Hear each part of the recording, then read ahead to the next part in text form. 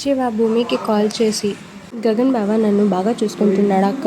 నన్ను కాలేజ్లోని జాయిన్ చేయించాడు. నాకు అన్నీ కనిపిస్తూ పెడుతున్నాడు.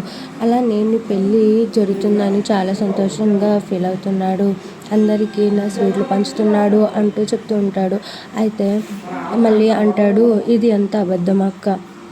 బావ అస్సలు సంతోషంగా లేడు. నీ పెళ్ళి విషయం తెలియగానే తను చాలా బాధపడుతూ మొత్తం ఇల్లంతా గందరగోళం చేసేసాడు. నీ గురించి చాలా బాధపడుతున్నాడు అంటూ చెప్పగానే భూమి చాలా బాధపడుతూ ఉంటుంది, ఏడుస్తూ ఉంటుంది. అయితే వైపు గగన్ ఆఫీస్కి బయలుదేరుతూ ఉంటాడు. అయితే గగన్ కార్ మీద వెళ్తూ ఉంటే భూమిని పెళ్లి బోతున్న అతను గగన్ని లిఫ్ట్ అడుగుతాడు. అయితే గగన్ అడుగుతాడు, మీరు ఎక్కడికి వెళ్తున్నారు అని అడిగితే అప్పుడు అతను అంటాడు, నేను శరత్చంద్ర వాళ్ళ ఇంటికి వెళ్తున్నాను అంటూ అడుగుతూ ఉంటాడు. అయితే గగన్ అప్పుడు అడుగుతాడు, నీకు శరత్చంద్ర తెలుసా, ఏమవుతాడు అంటూ గగన్ అతన్ని అడుగుతూ ఉంటాడు. అయితే అతను చెప్తాడు, నేను వాళ్ళ కూతుర్ని పెళ్లి చేసుకోబోతున్నాను అంటూ చెప్తూ ఉంటాడు. అయితే ఈ విషయం విని బాధపడుతూ ఉంటాడు గగన్.